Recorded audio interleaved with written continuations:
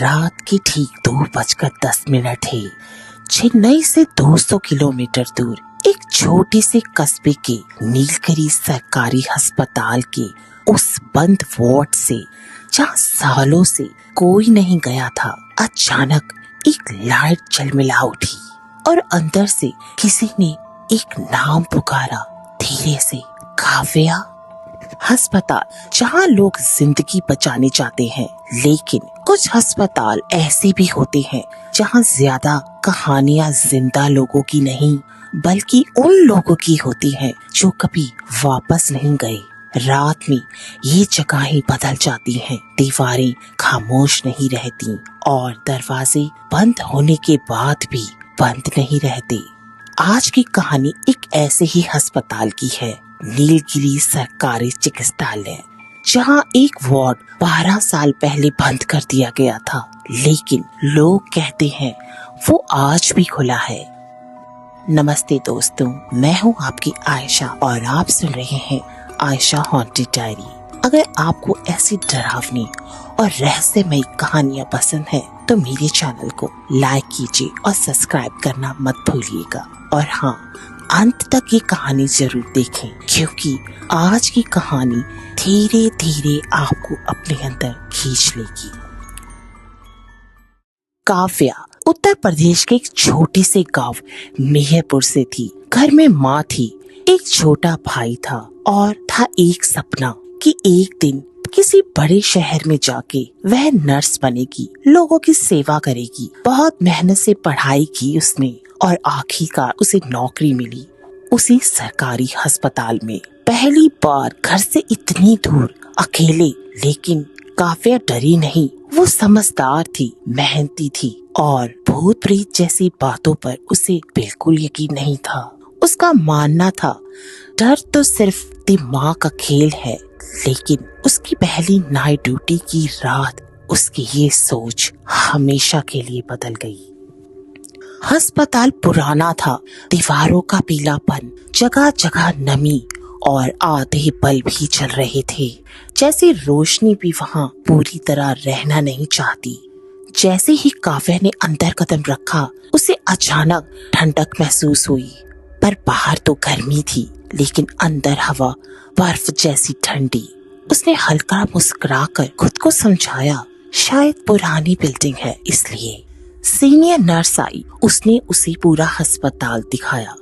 जब वह उसे अस्पताल दिखा रही थी, वो सब बताया कि कौन सा वार्ड कहाँ है, किस मरीज को क्या देना है। तभी गलियारे के सबसे आखिरी कोने में काव्या की नजर एक बंद दरवाजे पर पड़ी। उस पर धूल जमी थी और एक टेढ़ा सा बोर्ड लगा था, वार्ड नंबर 13, प्रतिबंधित क्षेत्र, जहाँ जाना मना था। काव्या ने पूछा, ये वार्ड क्यों बंद है?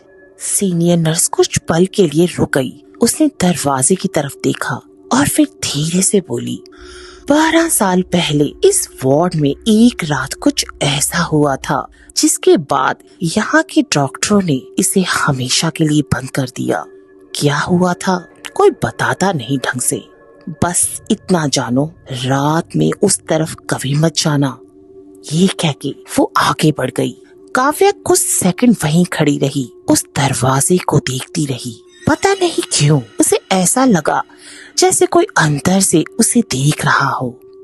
रात के पहले कुछ घंटे ठीक रहे। काव्या अपने काम में लगी रही। मरीज सो रहे थे, गलियारे शांत थे। पर तभी गलियारों से एक आवाज आई, धीमी, खिंची हुई व्हील चेयर की पहियों की आवाज। काव्या ने सर उठाया। गलियारा तो खाली था, एकदम खाली। उसने सोचा शायद कहीं और से कोई आवाज आ रही होगी, पर कुछ देर बाद वही आवाज फिर आई, इस बार और साफ और तेज। काव्या उठी, उसने टॉर्च ली और धीरे धीरे आगे बढ़ी। तभी उसे एक और चीज दिखी। एक मरीज जो अभी तक सो रहा था, अचानक अपनी आंखें खोलकर उसे देख रहा था। उसकी नजर अजीब थी, जैसे वो काव्या को नहीं, काव्या के पीछे खड़ा किसी और को देख रहा हो। काव्या ने तुरंत पीछे मुड़कर देखा, कोई नहीं था। लेकिन जब वो वापस मरीज की तरफ मुड़ी, वो फिर से अब सो चुका था। काव्या आगे बढ़ती रही, आखिरी छोर पर वार्ड नंबर 13 का दरवाजा अब थोड़ा सा खुला हुआ था। काव्या के कदम वहीं रुक गए। उसे साफ याद था वो दरवाजा बंद था और बाहर से कुंडी लगी थी। तो अब वो कैसे खुला? वो धीरे धीरे दरवाजे के पास गई और अंदर झांका। अंदर पूरा अंधेरा था। उसने टॉर्च अंदर डाली। दरवाजे की आवाज पूरे वार्ड में गूंज गई।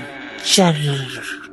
अंदर सब कुछ पुराना था। टूटे हुए बेड, धूल भरी चादरें, जंग लगे औजार और अजीब सी गंध, जैसे कुछ बहुत पुराना अभी भी वही हो।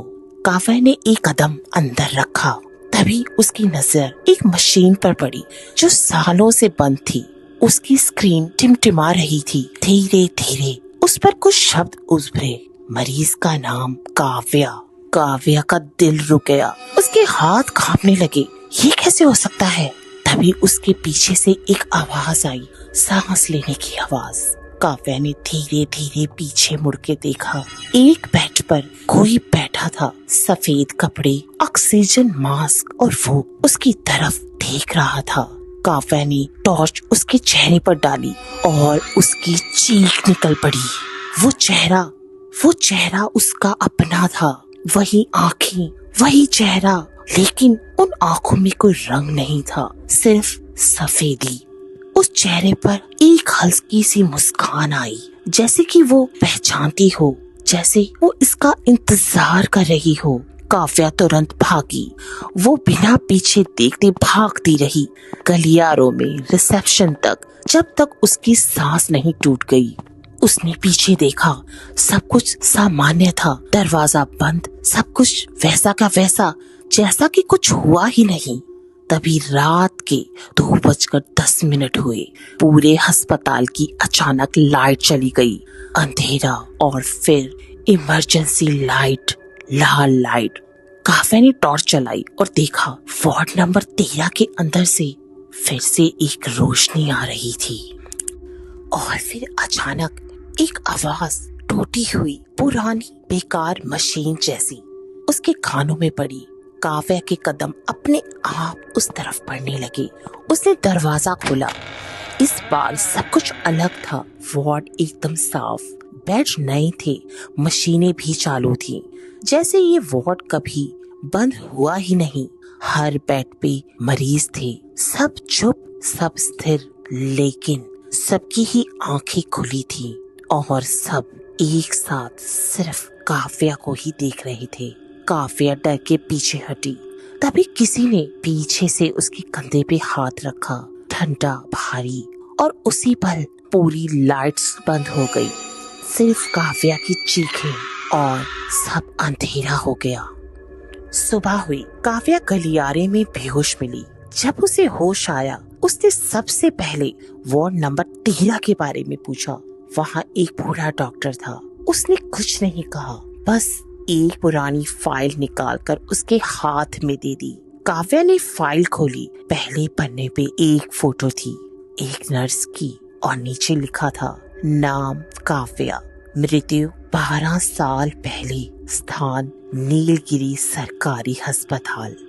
काव्या के हाथ कांपने लगे, क्योंकि उस फोटो में जो चेहरा था वो उसका अपना था, और उसके नीचे एक और लाइन थी जो पहले नहीं थी, जैसे अभी अभी किसी ने ताज़ी लिखी हो। और अचानक उस रजिस्टर पे उभरा, वो वापस आ गई है। काव्या ने उस दिन के बाद उस अस्पताल को हमेशा के लिए छोड़ दिया। उसने नौकरी की परवाह नहीं करी, शहर छोड़ दिया, और जो उस रात हुआ वो किसी को नहीं बताया। लेकिन अस्पताल की पुरानी स्टाफ आज भी कहते हैं, हर रात ठीक 2:10 पर वार्ड नंबर 13 की रोशनी खुद ब खुद जल जाती है और गलियारे में व्हील चेयर के पहियों की आवाज आती है। और जो भी नया स्टाफ रात को ड्यूटी करने आता है, उन्हें सबसे पहले एक ही बात बताई जाती है, रात में उस तरफ कभी मत जाना। लेकिन सवाल यह है, जो काव्या उस रात वार्ड में बेहोश हुई, क्या वो सच में वही काव्या थी जो ड्यूटी पे आई थी, या उस रात कुछ और हो गया था, कुछ ऐसा जो आज भी कोई नहीं जान पाया। क्योंकि दोस्तों, कुछ जगह सिर्फ इमारतें नहीं होती, कुछ वार्ड सिर्फ कमरे नहीं होते, और कुछ रातें एक बार गुजर जाए तो कभी वापस नहीं आती। लेकिन उन रातों में खो जाता है, वो हमेशा वहीं रहता है, इंतजार करता हुआ अगले इंसान का।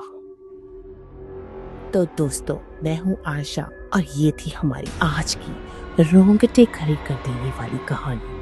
अगर आपको ये कहानी पसंद आई तो अभी सब्सक्राइब कर लीजिए और घंटी जरूर दबाएं और कमेंट्स में बताएं, क्या आप कभी रात को अकेले में किसी पुराने अस्पताल में रह सकते हैं? और इस कहानी को अपने दोस्तों के साथ भी शेयर करें, उनकी राय भी लीजिए और देखते रहिए आयशा हॉन्टेड डायरी, क्योंकि अगली कहानी इससे भी ज्यादा खौफनाक होने वाली है।